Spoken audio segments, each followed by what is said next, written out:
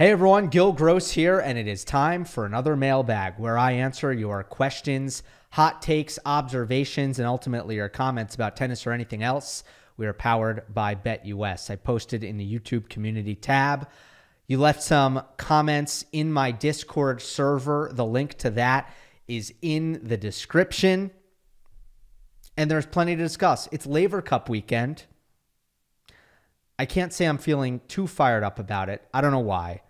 But I got to be honest, I'm not feeling too fired up about it. And for unrelated reasons, I'm going on a little vacation. I won't be covering Laver Cup on Monday Match Analysis, but I have already recorded next week's Monday Match Analysis, and I think it's something to be excited about. Alex Gruskin and I, we draft the best players on the ATP Tour under age 24. So 23 and under draft of players.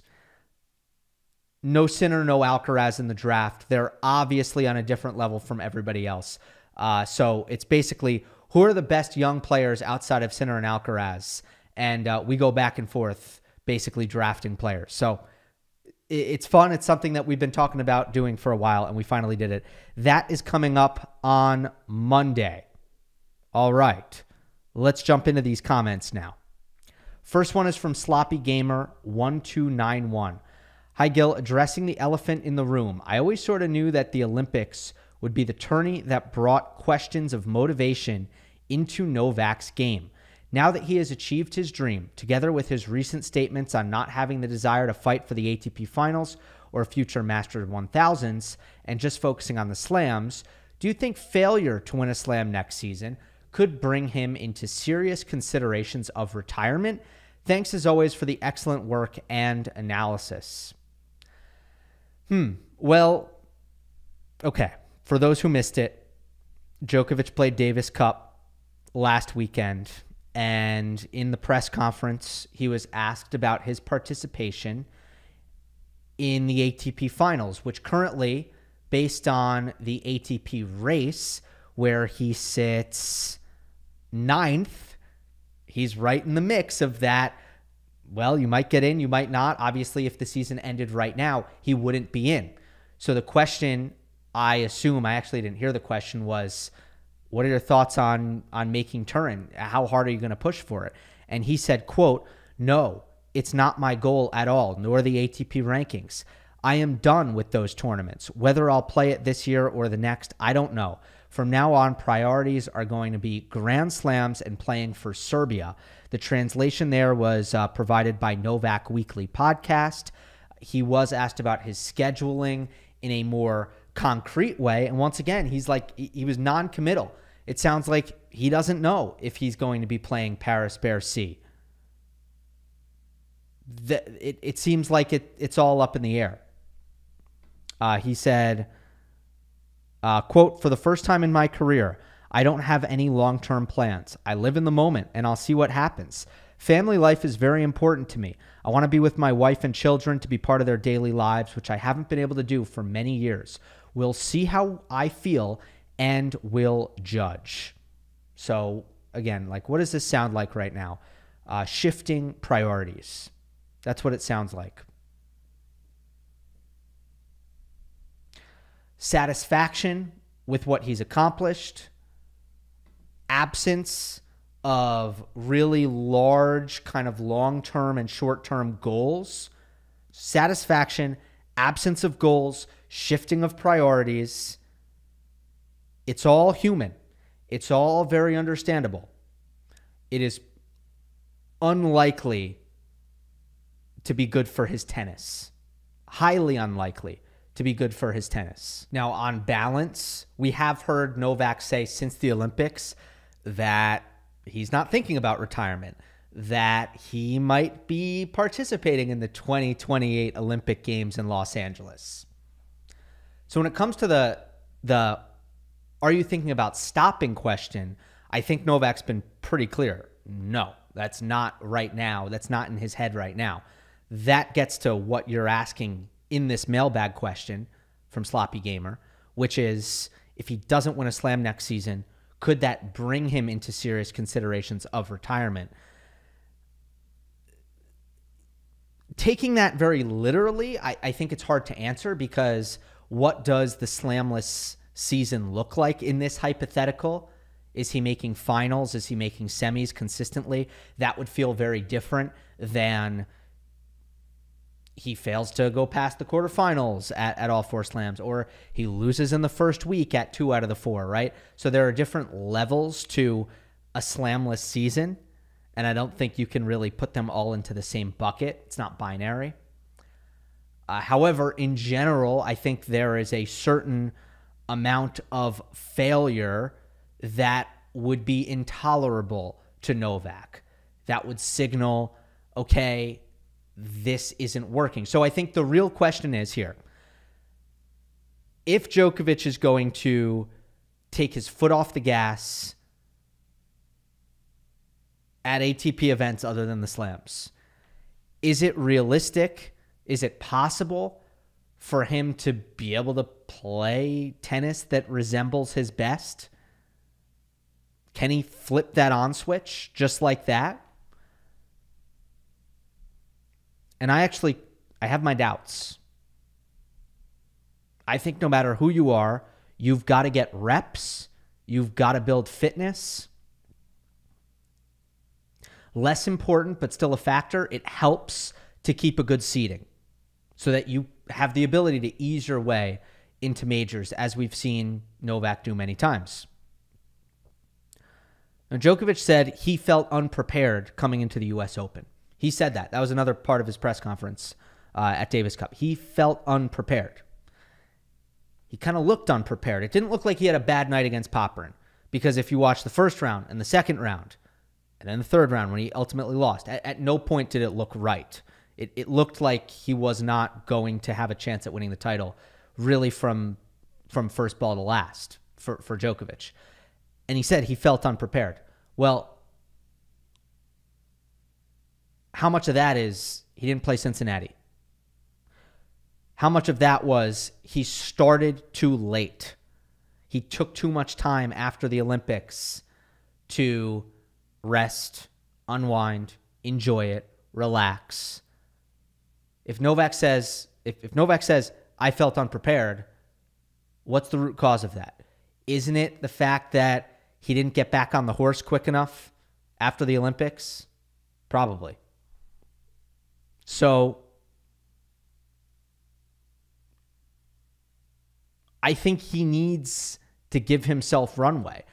And I think you can take breaks. You can build in certain breaks within the season to rest and reset. And I think that's wise. Roger did it pretty effectively when he started skipping clay court season. So he would almost split his season into 2. So he would have 2 off seasons. Clay court season was an off season, and then he'd have the real off season. And that was effective. But then once it was time to play, it was week in and week out. And when Roger was prioritizing Wimbledon, Federer in 2017, when he won Wimbledon, he played Stuttgart. He lost in the first round of Tommy Haas. Then he won Halle, and then he won Wimbledon. So he played 2 events in the lead up to Wimbledon. He didn't just show up at Wimbledon. And by the way, his first match back, he lost to Tommy Haas, who was ranked 302nd at the time. So he clearly needed that runway. 2018, Federer wins Stuttgart. He makes the final of Halle, loses to Coric.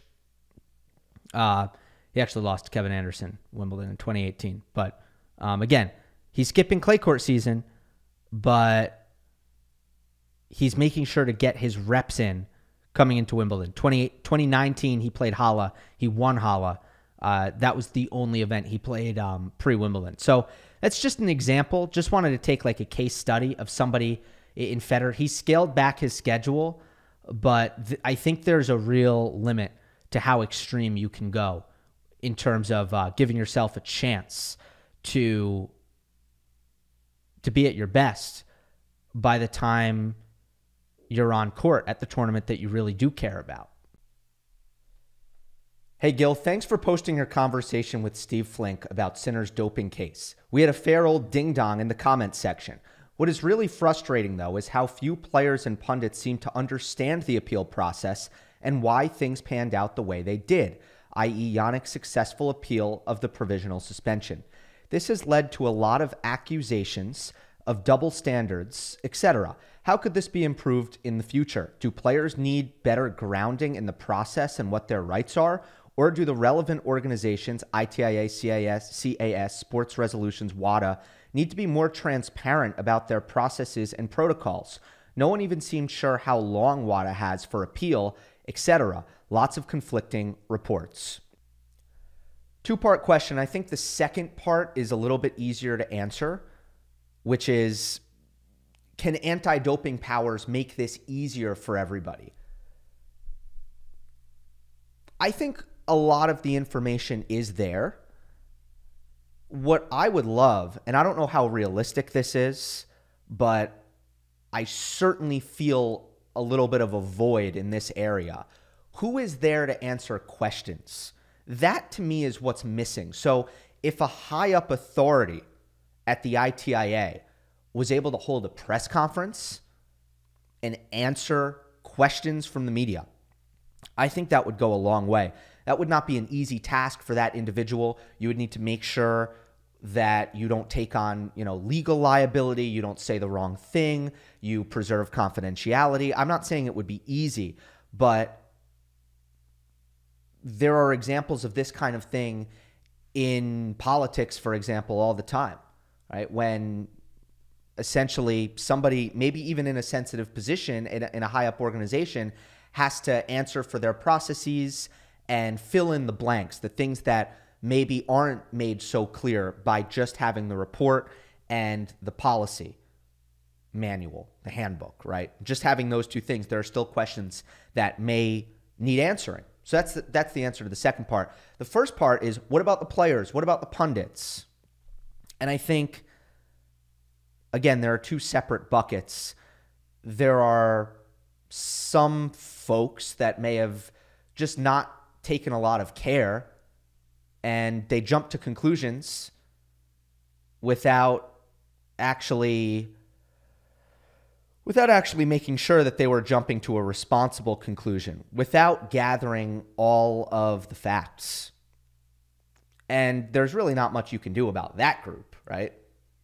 That group is going to do what that group does, and they saw a world number one in the midst of a breakout year who failed 2 doping tests and had the process go very favorably as possible for that person. That's what they saw, and then they went from there and made conclusions. Obviously, irresponsible and damaging to take that approach. But if you're asking me, what can we do about that? I don't know. This is the world, to be honest. It's not good.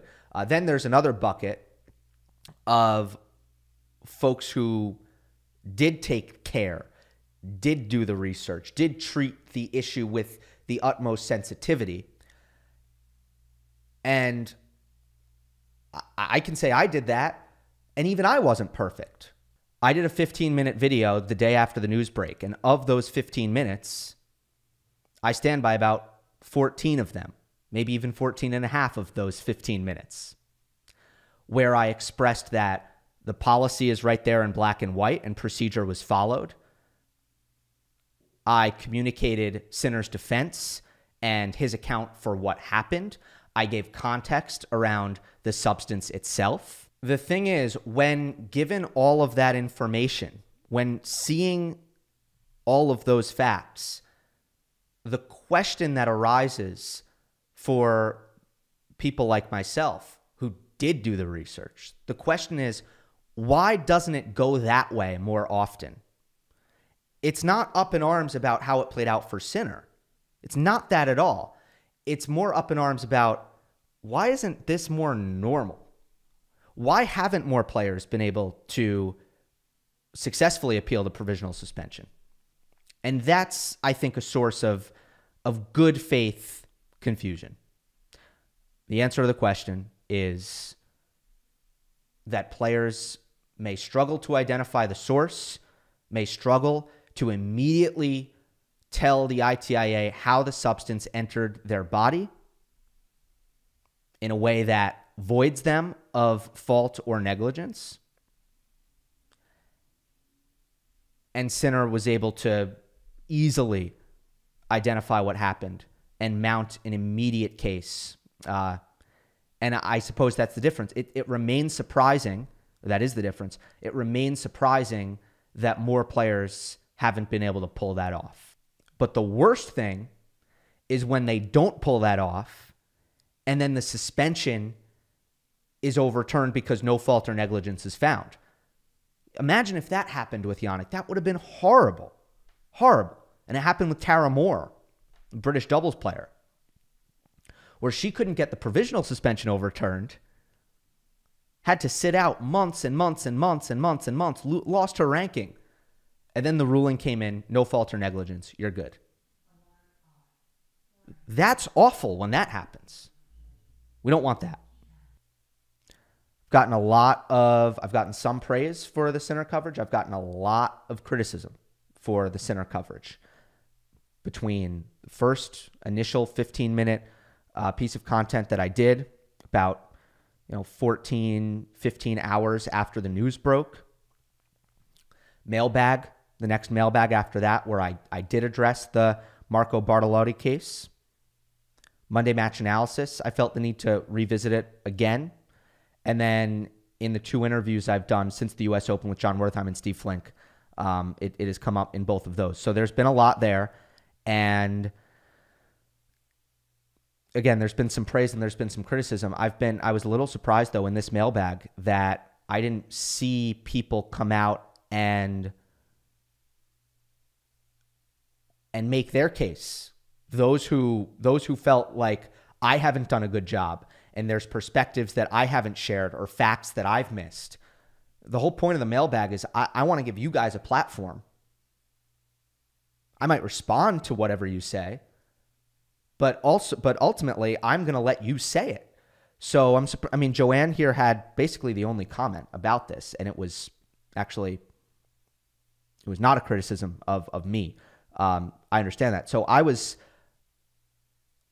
waiting and actually hoping that some people challenged some of the things that I've said, because I want that challenge. I want to give that challenge a platform. Nobody seemed to do it, which surprised me. From Arm Leg, long one. Hi, Gil. Last week you got a question asking whether Swiatek could take a page out of Nadal's book and opt to take a few steps back with the court positioning and rely more on her east-west movement when facing opponents who can rush her forehand. I don't think that idea can be fully discounted, but I wanted to throw the idea that her technique may limit her ability to perform this option well compared to someone like Nadal. One, Iga's contact point is very close to the body, while Rafa hits his forehand with a straight arm. Iga makes contact with her elbow tucked near her torso. I think that the fact Iga plays so close to her body can be partially responsible for her excellence setting up quickly in small spaces, but it is a limiting factor when she's put on the run, as just based on her stroke mechanics, there is a wider range of balls for which she would be forced into slice defense compared to someone with a longer hitting arm. Iga employs an extreme grip on her forehand. Her Western grip makes it difficult to come up with any type of weight of shot when stretched into extreme positions, as it is much harder to hit a ball at max stretch when the palm is facing the sky at contact, which is usually the case for Iga when the palm is more neutral, like pointing at the back fence, like how Rafa hits. Iga is no doubt an excellent mover, but backing up off the baseline could potentially expose a hole in her game that we were not previously aware of, that she could be uniquely vulnerable to being stretched out to the forehand wing. Now, maybe it is a trade-off that is still worth the change. After all, it is more in the wheelhouse of a player like Jelena Ostapenko to play with linear power that would rush Iga, who is hugging the baseline, rather than spreading the court in a way that would hurt Iga, who retreats further back. We can only know for sure once we see it happen. All right, good stuff. Good stuff there. Does Iga's technique limit deep positioning? There's one thing I want to clarify, first of all, which is that I think where Pegula at the U.S. Open and other players have burned Iga, it's actually not pulling her out wide to the forehand. It's going right at it. It's going at the forehand hip. deep middle at her forehand. I think that's a ball that Iga has been very much bothered by.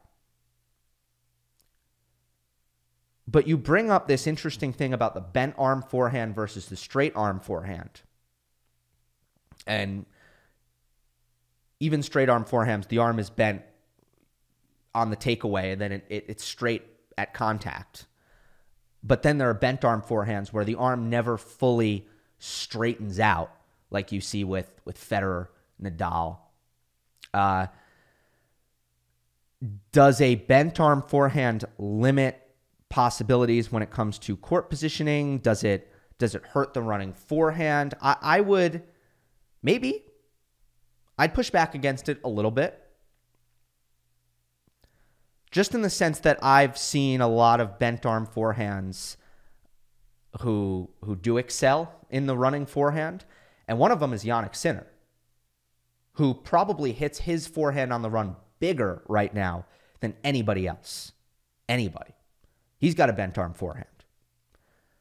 David Ferrer, bent arm forehand, also had kind of that elbow tuck that I don't think his forehand looks similar to Iga's at all, but I think in terms of the elbow positioning, they are similar.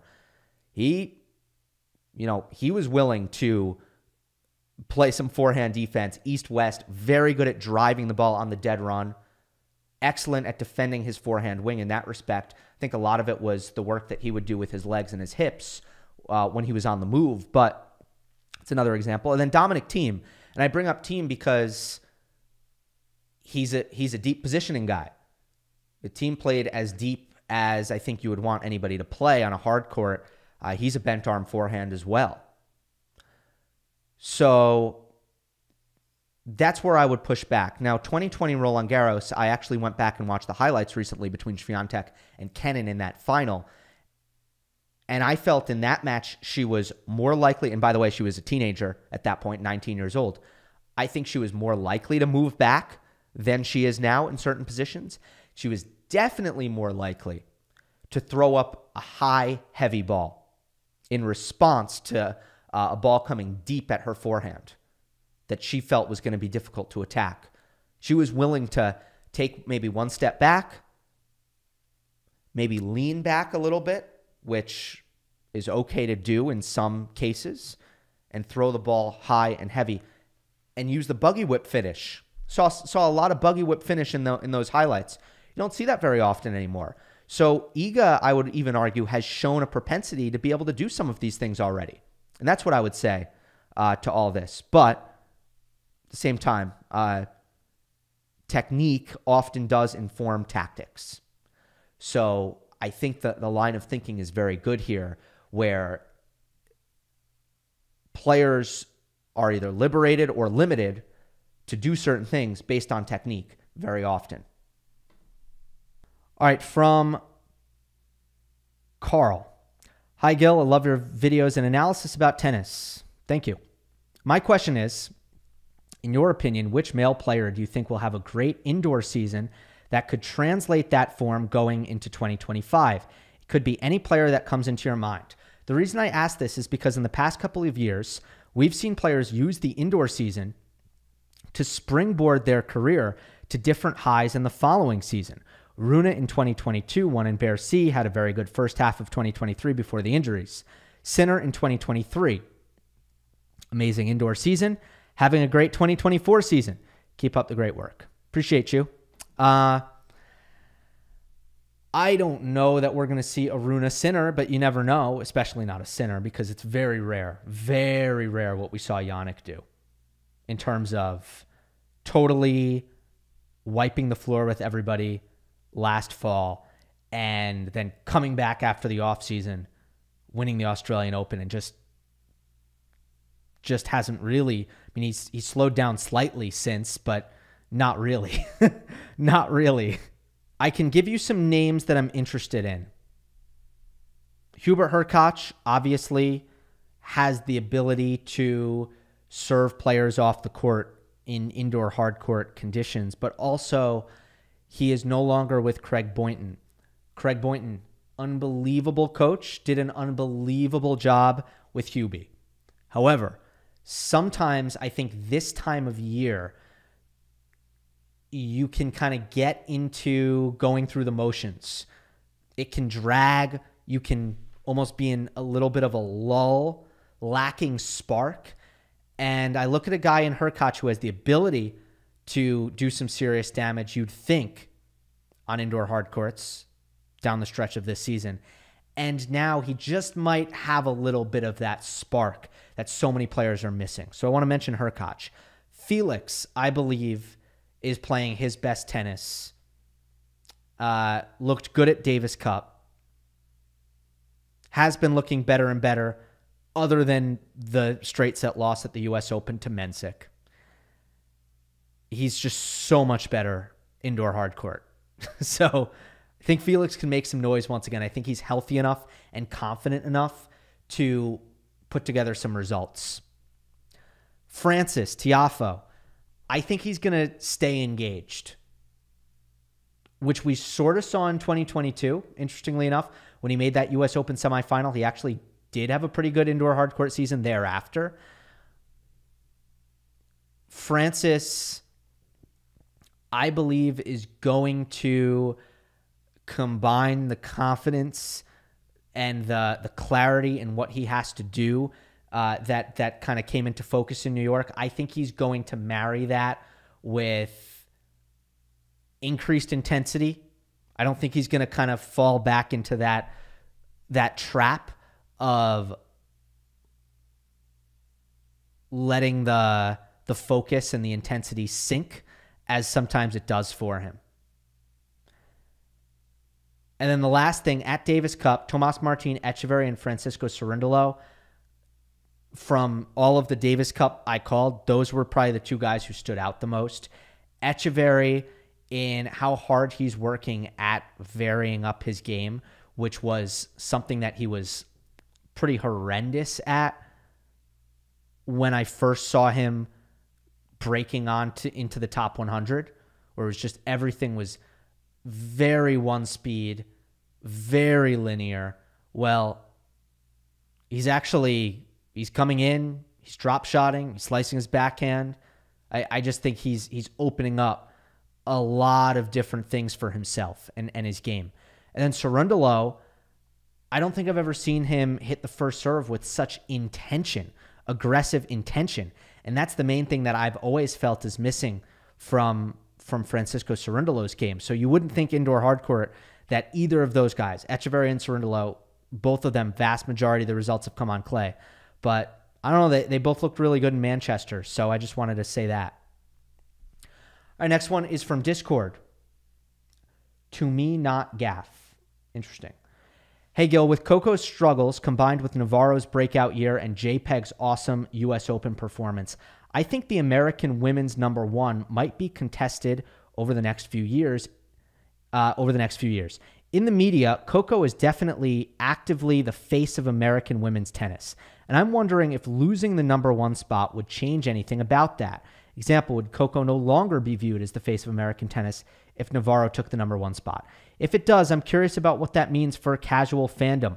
From what I've seen, and maybe this is just Twitter, people are already pretty bothered by the billionaire status of JPEG and Navarro, especially the latter with her comments about Zhang at the Olympics. With the existing stereotype of tennis being a posh sport, do you think there's any significance to this conversation in relation to popularity and likability of the sport, or is it unimportant?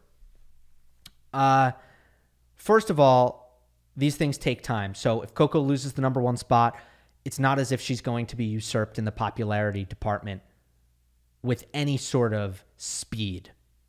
It always takes a lot of time. And in some cases, popularity it has a lot of staying power. I think it's difficult to get popular. Once you're popular, it's hard for that to wear off. Look at Naomi Osaka. I mean, she's not lighting the world on fire here in 2024. She's still going to get assigned to center court or the second biggest court, and she's still going to fill the stands. Now, the second part of your question is more specifically about Pegula and Navarro. And look, if you resent people just because their parents have money, get a life. I mean, I don't know what else to say other than that. If you want to resent someone for their personality or what you perceive to be their character or the way they speak or act. That's your prerogative as a tennis fan and as a sports fan. I'll never tell you who to like and who not to like. But I will tell you it's a pretty horrible reason if you're using their parents' money against them. A pretty horrible reason not to like somebody. Pegula, by the way, if I do say so myself, comes across as the most grounded and as down to earth as anybody in my experience. Navarro, honestly, I'm still getting to know her as a personality. She's definitely got a little bit of fire to her, but I think in general, she's also pretty shy and introverted, which is kind of an interesting combination.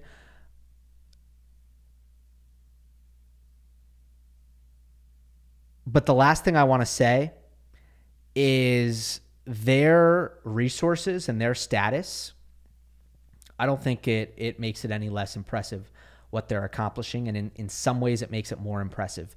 Now, there is no doubt that there is a certain level of income that makes it a lot easier to succeed as a professional tennis player. A certain level. And if you're below that level, you fight an uphill battle, unfortunately. Something that I think everyone could agree it would be great if the sport continued to do as much as possible to avoid that. Although it's true in so many walks of life, not just tennis.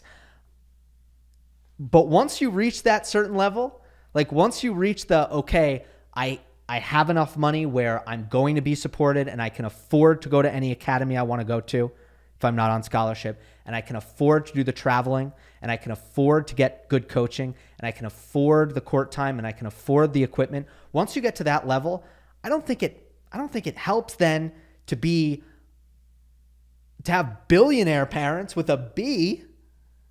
I don't think that necessarily gives you even more of an advantage, because there's a lot of things that money just can't buy. And I listed some of the things that it can buy just now. Coaching, travel, academies. Then it comes down to doing the work. That's what money can't buy. And you got to grind to get to the level that they got to.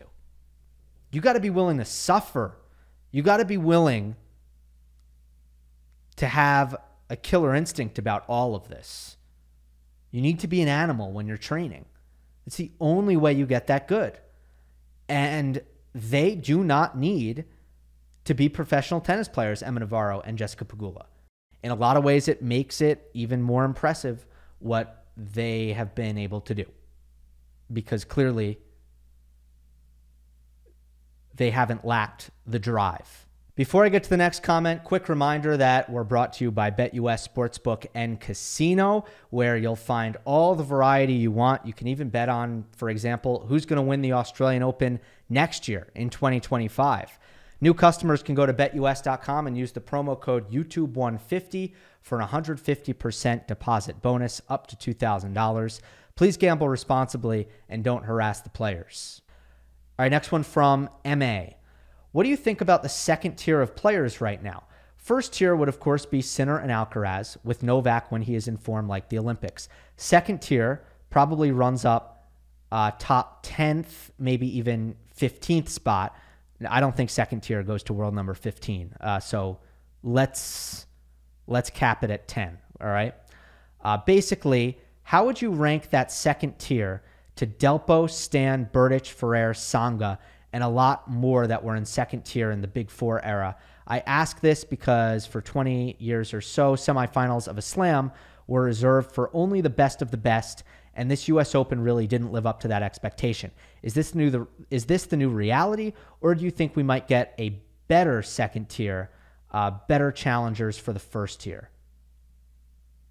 Okay, there's an edit here. Let me just answer the question. I understand what you're asking. Delpo, Stan, Berdych, Ferrer, Tsonga, how do they compare to what we're going to be looking at here? Let's go to the race. I'm looking at it right now, and you might say, okay, Zverev, Medvedev, Fritz, Ruud, Rublev, De Minaur, Dimitrov, Tommy Paul, Tsitsipas. You're asking me to kind of compare those two groups. And I think Delpo, Stan, Berdych, Ferrer, Tsonga, that's a better group. There's no doubt that that's a better group. But I also think the comparison is a little bit unfair just because all of those guys they're done, they're finished products. They've accomplished everything that they're going to accomplish. And the one thing I'd point out here is this is a pretty young top 10. It has been for a while. Zverev 27, Medvedev 28, Fritz 26, Ruud 25, Rublev 26, De Minaur 25, Tommy Paul and Tsitsipas and Hurkacz and Tiafoe. These are all late 20s, and we'll see what happens. So I just want to point out that there aren't a lot of it's almost an unfair advantage to the old heads when we do this kind of exercise. I'll also say that Zverev and Medvedev, they're right there with any of those guys. Both of them. None of them have 3 slams like Stan. Maybe neither of them are Delpo. But if you want to match up Medvedev and Zverev to Berdych, Ferrer, and Tsonga, they actually probably come out on top compared to those guys. Not even assessing accomplishments, just looking at the fact that, comparing the way both of them move to Berdych and Tsonga, comparing the weaponry to Ferrer, they're a little bit more well-rounded as full packages than any of those 3. So next one from Ofafak. Hi, Gil. I'm from Italy, and I'm living this Italian rinascimento of tennis as a mirage. Something too good to be true. I grew up celebrating one tournament per year won by Italians. 20th in the world seemed the best ever. The Spaniards never left. But can you talk about the situation right now of the biggest countries / tennis academies and their different philosophies? Why does a country fail on winning in tennis? And I'm sure you're also asking me, why do countries succeed? Difficult to pinpoint. A lot of different factors. Obviously, there are these, national development programs, and who are the coaches involved in these development programs? And are their philosophies cutting edge? Are they modern? Are they effective? Do you have a couple of really great talents, hardworking characters who end up kind of pushing a whole group forward? Because usually we do see these things in waves. We saw it with Spanish tennis without a doubt through the in the 2010s, and now we're seeing it very much so with this crop of Italian players coming up. But I think what Italy has done, which a lot of people are going to look at, and I think there needs to be more solid journalism done on this potentially.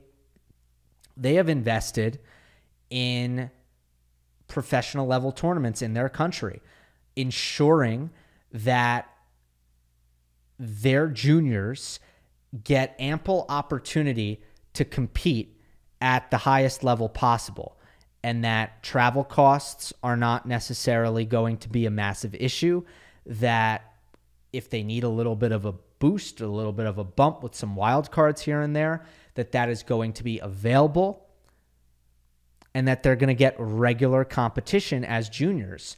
If you are in many other parts of the world and you're a junior player, it's going to be hard to compete with the kind of frequency that Italians are able to compete in junior tournaments, because there are so many challengers and there are so many ITFs. And I believe that has been a concerted effort by the Italian Tennis Federation. That has been an investment that they've made to ensure that there is plenty of opportunities for tournament play. And that's my best answer to that question right now. From Luke, you've stated that the MMA Award Player of the Year is far from over. What would Alcaraz have to do this indoor season, and what would Sinner have to fail to do in order for Alcaraz to take it in your eyes? I could see an argument for Alcaraz taking it if he wins the ATP Finals, as long as Sinner doesn't take another big title. Alcaraz would almost certainly have to win the ATP Finals. He would also probably need to beat Sinner head-to-head at some point. Maybe win either Paris or Shanghai. Uphill battle. He clearly trails right now. He clearly trails Jannik in the Player of the Year conversation. But I was asked last week if it was over, if we shouldn't talk about it. And my answer was no, it's not. It's not over, because if Alcaraz won the ATP Finals, let's say gets another head-to-head win over Sinner, wins either Bercy or Shanghai. Now, it's not even really mostly about Bercy or Shanghai, but we could be in a situation at the end of the year where majors are 2-2, the fifth biggest event of the year went the way of Alcaraz, and he leads the head-to-head over Sinner 3-0. You see why he would have a case at that point? He would have a case at that point. Next one is from member video listener. Hi, Gil. Thanks for the coverage. Maybe a strange question, but do you think Sinner's player archetype has changed since he started playing, quote, better, at least since he started beating Medvedev? I used to think of him as an offensive baseline hugger who redlines his balls. Example, Alcaraz, Sinner, US Open 2022. Now he seems quite happy to play monotonous points like Medvedev and draw errors. People are comparing him to Novak when I used to see them as very different players. His attacking percentage seems quite low as well. Well, yes. Comes down to my theme of the post-US Open final Monday match analysis. The phrase that I use 2 or 3 times, movement is freedom. In this case, I believe movement and fitness, by the way, have liberated Jannik to play higher percentage tennis since, the second half of last year. There's been other stuff. There's been the serve, better attacking variety out of Jannik. But I completely agree with this comment. I completely agree with this comment that it's Novak-like. And that Sinner plays very responsible shot selection, that he plays into big targets, that he's willing to work the point for as many shots as it takes, that he keeps the mistakes, the errors to an absolute minimum, and that he's very good at that. That's been one of the things that has propelled him to success recently. No longer is he spraying as often as he once did, particularly on the forehand, because I think he's started to dial back the aggression until he has a chance, till he has a green light ball where he has his opponent out of position and he has the weaker incoming ball and he himself is in good position, on balance, feet set. And then after that, it's the old Jannik Sinner. It's the Jannik Sinner that we saw when he was 19 years old, which is the guy who, when he's in the middle of the court and he has a chance to dictate off a ball, he's going to kill you. That guy, that part of it hasn't changed. But forehand on the run, play it safe cross court, that's the part that's changed.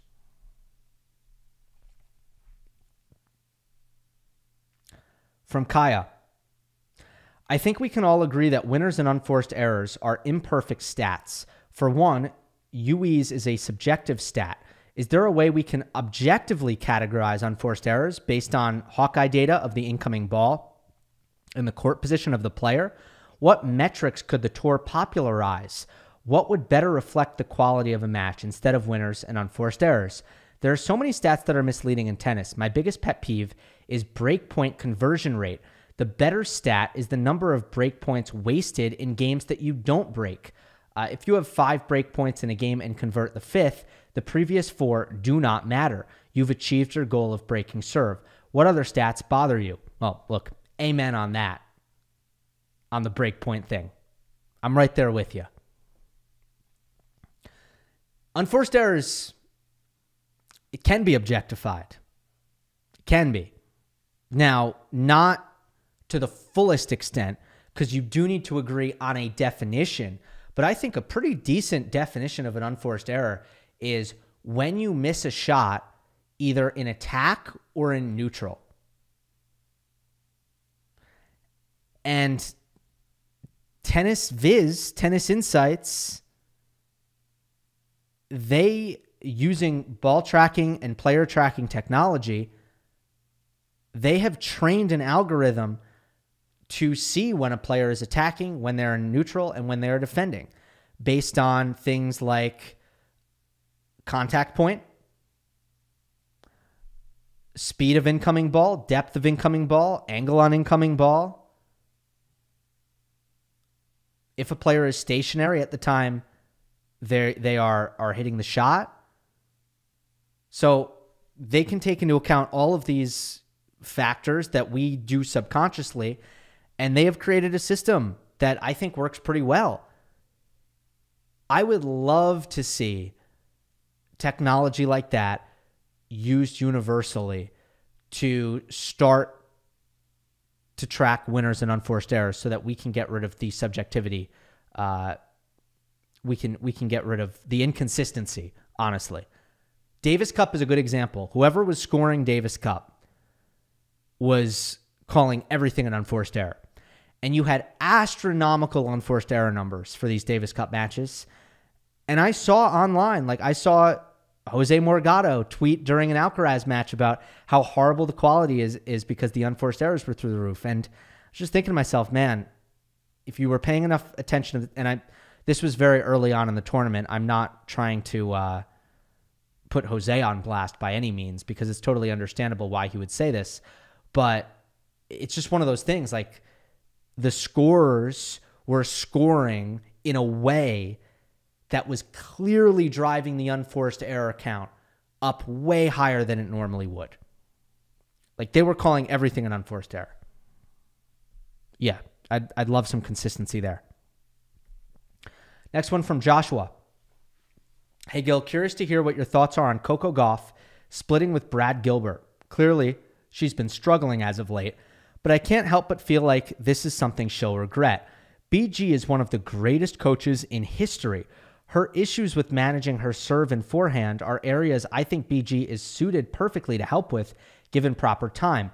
Now that he's free, though, is there a player, ATP or WTA, you think could benefit from his expertise?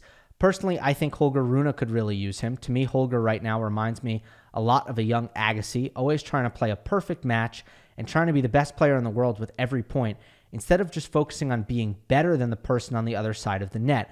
And it was under BG's guidance that Andre was able to overcome that attitude and learn better on-court decision-making, playing within himself and managing his level on any given day.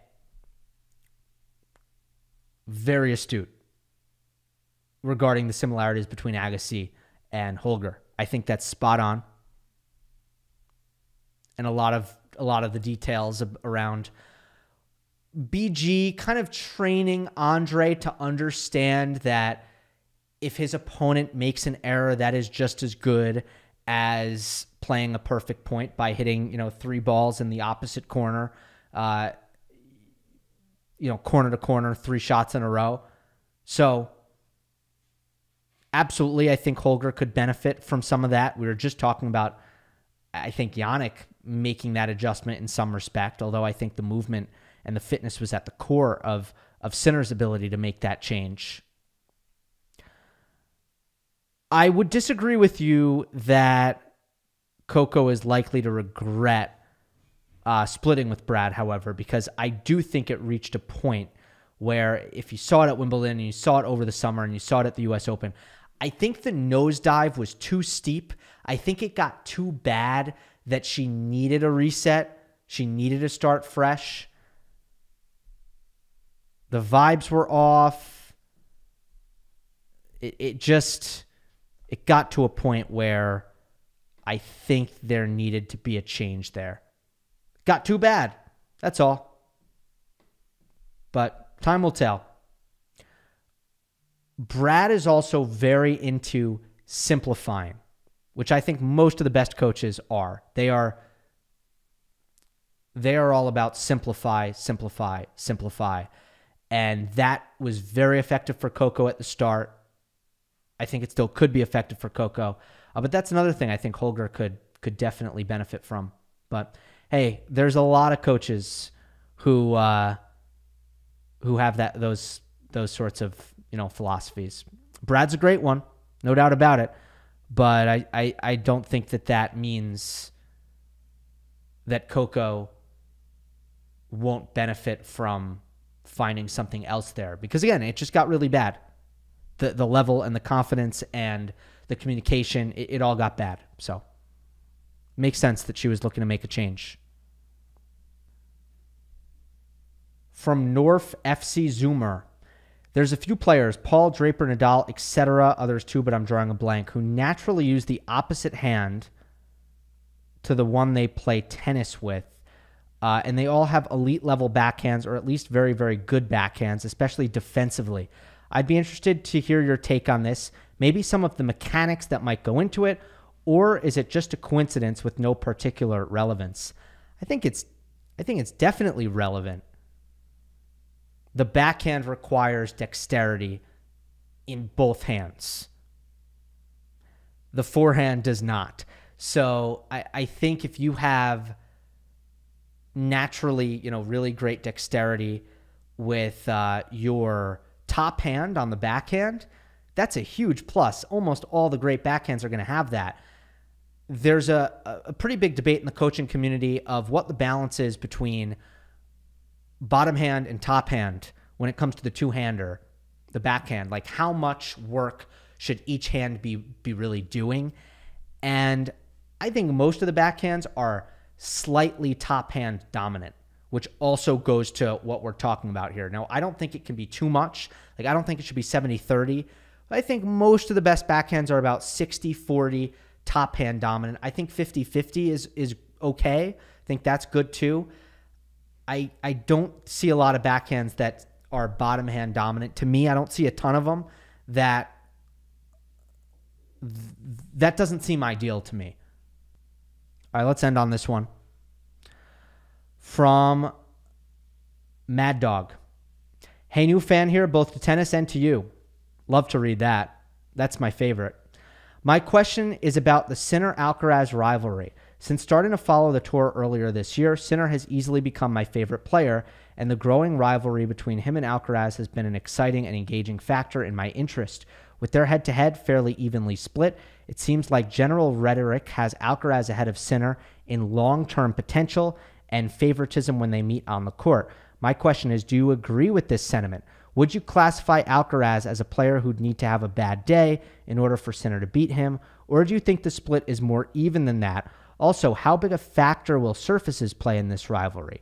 Do we expect Grand Slams to continue to be won in a similar pattern to this year, or does Sinner have as much potential to improve on clay and grass as Alcaraz does to improve on hard court? Anyway, just interested to hear you talk about these two and their competitive futures. Thanks. Big question. I could go a lot of different places. I think it's really close. And I've been hammering that home for most of the year, actually. I thought Alcaraz had the edge the last couple years. Long term, I wouldn't have said that it was neck and neck or too close to call, but now I do feel that way. And part of it is just the development paths that each of them have taken. Alcaraz was better when he was younger, and now Sinner is there, putting together a season that is as good as basically any season we've seen. The level is as high on par with the great levels that we've seen. And at the end of the day, it's about getting to that place. Alcaraz was just there a little bit earlier, a little bit sooner, and I think that has kind of informed maybe some of the sentiment that sees Alcaraz as, ahead long term. And part of it, I think, is also a little bit of a bias towards explosivity and taking the racket out of the opponent's hand, which Alcaraz does a little bit better than Sinner at this stage. And usually players who can say that normally get a little bit of a bump in terms of, I think, sentiment, or like the whole narrative that Alcaraz needs to have a bad day in order for Sinner to have success. I think that is rooted in potentially a bias in more offensive and aggressive play styles. And I say that as someone who saw that in Federer Djokovic a lot. A lot of remarks that it was really up to Federer in the Federer versus Djokovic head-to-head. And it just kind of throws percentages out the window. It just wasn't really an accurate way of looking at that head-to-head. Now, in some respects, it is true that perfect offensive tennis basically trumps all. Great serving trumps all. I think that's true to an extent, but it's also not a reality of, especially best of 5-set tennis. You're just not going to play perfect all the time. So point in and point out who's better, who's going to win more points. I think if you look at it that way, you come to a more true and real conclusion. So Alcaraz is ahead in the slams 4-2, but if you're asking me next 10 years, is it clear who's going to be better? I give you an emphatic no. It's not clear. Sinner is right there, and he's proven that this year. He really has. All right. This has been presented by BetUS. Enjoy Laver Cup, everybody. I'll be back for that special edition of Monday Match Analysis, and also make sure you're looking out for the draw on Tuesday morning. It's the draw.tennis, my weekly newsletter where I curate the best tennis content on the internet every week. Hope you enjoyed. Don't forget to subscribe. I'll see you next time.